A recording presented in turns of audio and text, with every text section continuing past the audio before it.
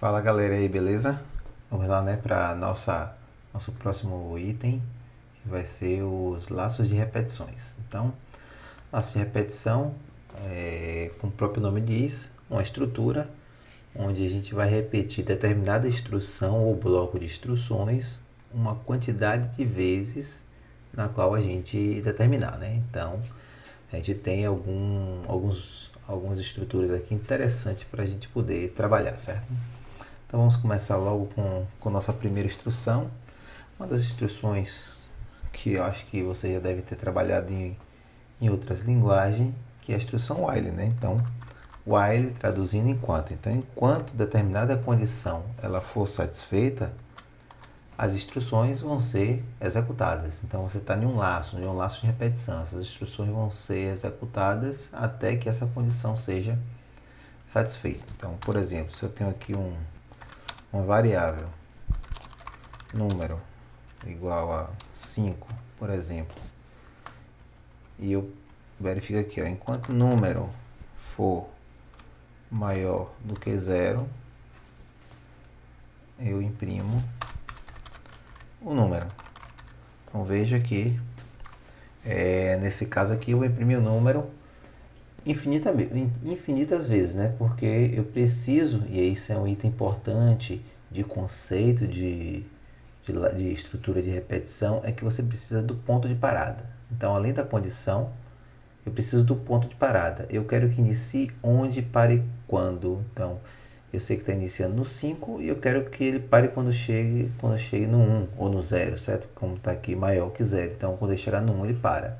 Então, para ele chegar no 1, o que eu tenho que fazer? O 5 tem que virar 4, tem que virar 3, até que chegue no 1. Então, eu estou fazendo um decremento. Então, aqui eu faço minha variável de controle, né, para controlar com que esse laço em determinado momento ele pare e aí não tem um laço infinito, né? Então eu utilizo aqui, como em todas as linguagens, o menos menos. Veja que quando eu executar aqui, ó, ele vai do número que a gente definiu até o último número, certo? Então esse é o while. Além do while, eu tenho também o do while, que ao contrário do while, ele entra no laço de repetição no mínimo uma vez, bem indicado para menu, né?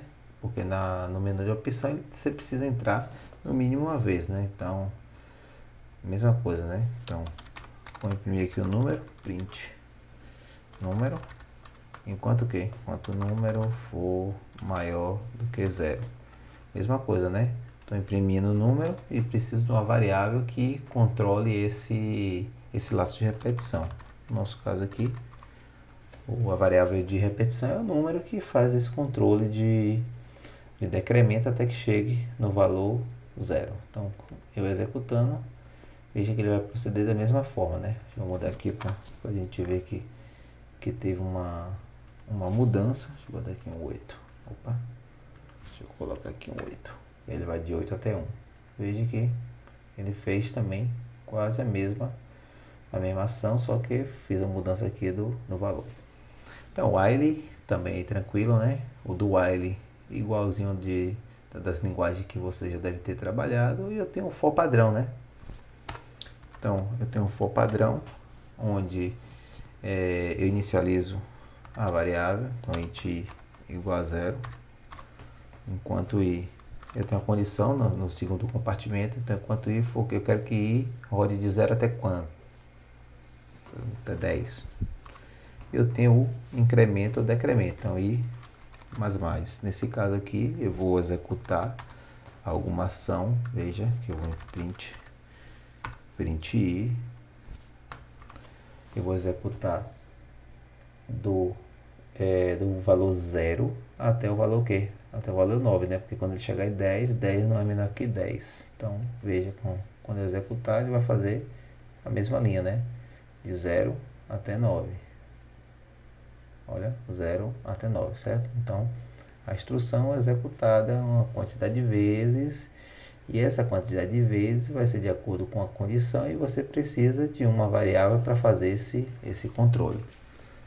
Na maioria das vezes, na maioria dos casos, a variável de controle vai ser a mesma na qual você está fazendo a condição, mas não é 100%, certo? Pode ser uma outra variável de controle. Imagine se eu colocasse aqui um i++ e um j++. Eu declarasse um j igual a 6 aqui. Eu poderia botar aqui dentro alguma condição, por exemplo, se j for igual a 9, por exemplo, aí eu dou um break. Então ele sairia do meu laço de repetição e não imprimiria tudo. Quer ver? Vamos ver? Ó. Veja aqui, ele vai em determinado momento ele vai parar, ele vai chegar com j igual a 9 e ele não vai imprimir toda a minha lista. Então ele parou no 3, tá vendo? O restante ele não fez o for todo, porque eu dei um break e saí do meu laço de repetição, porque eu coloquei uma outra variável de controle. Então esses são os 3 laços de repetições padrões de toda linguagem de programação. A gente tem outras aqui interessante que a gente trabalha muito quando a gente está com lista, né? Então imagine que eu tenho uma lista aqui lista de nomes.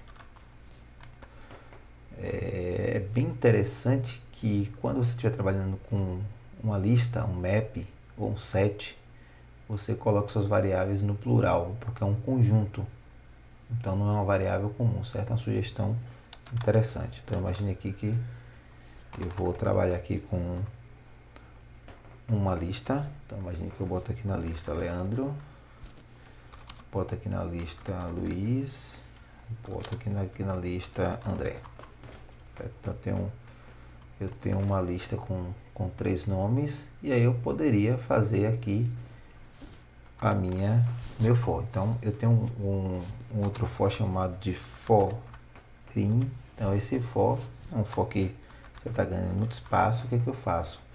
Para a variável nome em lista nomes, eu faço o que? Eu faço alguma instrução. Então no caso aqui eu vou botar lista nomes, eu vou colocar a instrução print nome. Então nesse caso aqui eu não preciso colocar o índice, porque o que ele faz? Ele pega essa lista nomes e a cada execução ele pega esse elemento, coloca na variável nome e imprime. Próximo, pega o elemento, coloca na variável nome, imprime, até que chegue o final da sua lista. Vamos ver? Veja que ele vai imprimir, ó, todos os nomes que estão na sua lista, certo? Então esse é o for in. Além do for in, eu tenho também um outro for, na verdade é uma função, né? Que é o for each. Então lista nomes ponto for each. Veja que o for each ele é uma função, certo? Então ele é uma função, olha aqui embaixo a documentação dele. Veja, ele é uma função que espera uma outra função. Então eu preciso aqui dentro passar uma função. E aí a gente precisa trabalhar com o conceito de função. O que é o conceito de função? Função precisa de um parâmetro e um corpo. Parâmetro sempre passando com o quê? Com os parênteses, né? Então aqui eu preciso passar um parêntese. Esse parêntese, ele tem um corpo, que é o corpo delimitado sempre com o abre e fecha chave, certo? Então, isso aqui eu vou receber o que? Vou receber um nome e aqui dentro do meu corpo eu vou fazer alguma coisa com o nome, certo? Então, por exemplo, dou um print, bem-vindo, vou usar aquela expressão, certo? Bem-vindo nome. Opa. Bem-vindo nome. Verifique que aqui a gente fez, vírgula, a gente fez a nossa função, certo? Então veja que isso aqui é uma função, parâmetro e o corpo da minha função. Se eu executar, ele vai realizar a instrução na qual eu coloquei dentro da minha função a partir daquele nome. Agora, que parâmetro é esse nome? É o elemento do meu lista nome, certo? Então, isso é uma coisa que vocês vão ver sempre, mas atualmente está se deixando de utilizar essas chaves aqui na função e a gente está usando o conceito de arrow, um conceito de arrow function, certo? Então ao invés de parêntese eu coloco a arrow function, a arrow na verdade, né? E aí não preciso desse ponto e vírgula aqui, certo? Então ficaria mais ou menos aqui assim nessa linha. Opa, deixa eu aumentar aqui para vocês verem como que ela fica, certo? Ficaria mais ou menos assim, ó. A arrow function, então veja que, opa, cadê esse negócio aqui? Deixa eu tirar esse espaço aqui. Então veja que ficaria mais ou menos assim. Se você analisar, é quase a mesma linha, né? Eu tenho o parâmetro e depois eu tenho o corpo da função. Só que o corpo da função ele não é delimitado com as chaves, né? Ele tem o conceito de arrow function, certo? Então a gente pode utilizar assim, mas você vê que vai dar. Deixa eu botar um XX aqui só pra gente. Opa. A gente vê só que esse teclado aqui tá uma benção, né? Vou botar um X aqui só pra gente ver que ele tá funcionando. Então veja, ó. XX bem-vindo, XX bem-vindo, XX bem-vindo, certo? Então ele funciona na mesma linha do escopo por parênteses ou por chaves, mas aqui você tem o conceito arrow, né? Arrow functions. Além do for each, veja que o for each ele não modifica a sua lista. Então se eu der um print aqui, ó, print lista nomes, veja que está tudo desformatado. Deixa eu clicar aqui em format, ó, ele dá uma formatadazinha. Opa, ó, galera, eu botei bem dentro do, eu botei aqui fora do for each. Vou botar aqui, deixa eu dar formatada. Ó, pronto, agora ficou mais bonito. Então veja que quando eu imprimo o lista nomes, ó, o lista nomes ele continua ainda com o mesmo elemento, tá vendo? Leandro, Luiz, André. Mas se eu quiser fazer uma alteração, se eu quiser pegar essa lista e criar uma outra lista, no for each eu não criei uma nova lista. Então eu posso criar utilizando aqui, ó, nova lista, certo? Então eu posso criar aqui, ó, pegando minha lista de nomes e ao invés de eu usar um for each eu uso um map. Então eu estou criando um map, ou seja, estou criando uma lista e essa lista é a mesma coisa, ela recebe uma função. Então que função que ela recebe? Recebe o nome daqueles nomes, certo? E o que é que eu vou retornar? Então o que eu retornar aqui ele vai adicionar nessa nova lista. Então vou adicionar aqui já o meu nome deixa eu usar a expressão meu nome é nome. Então ele faz uma nova lista pegando cada elemento, só que modificando aquele elemento para essa string aqui que coloca o meu nome aquele conteúdo. Então se eu der um print aqui na nova lista, veja a impressão dele. Olha, meu nome é Leandro, meu nome é Luiz, meu nome é André, certo? Então eu criei um map onde eu criei a lista onde eu utilizando a função map. Então essa função map ela é bem interessante de você trabalhar, certo? Além dessa função map, eu tenho também outras funções que eu vou deixar para vocês darem uma olhada. É uma lista de 10 funções que você utiliza em um list, ou em um set, ou em um map, e que é bem interessante para você fazer filtragem, certo? Então vamos ver mais um aqui. Então eu tenho aqui, ó, o every.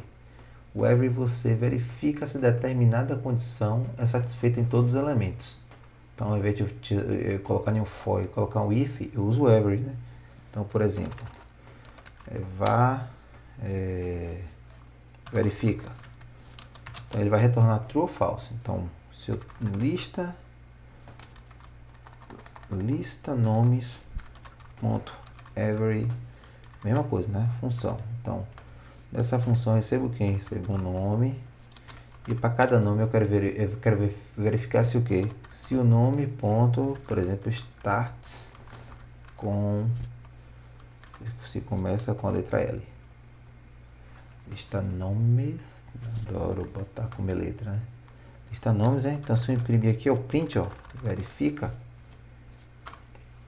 veja que se eu executar aqui, ó, olha o retorno dele, false. Por quê? Porque nem todo mundo começa com ele.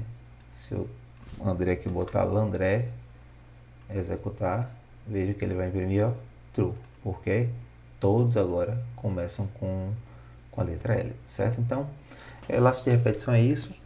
A gente tem esses métodos que também repete, né, uma determinada ação para cada elemento e você ganha em eficiência, beleza? Vou deixar aí também no portal o link desses 10 métodos que eu creio que todo programador precisa ter o conhecimento desses métodos para filtragem, para alteração, para redução, para procura. Então é bem interessante, beleza?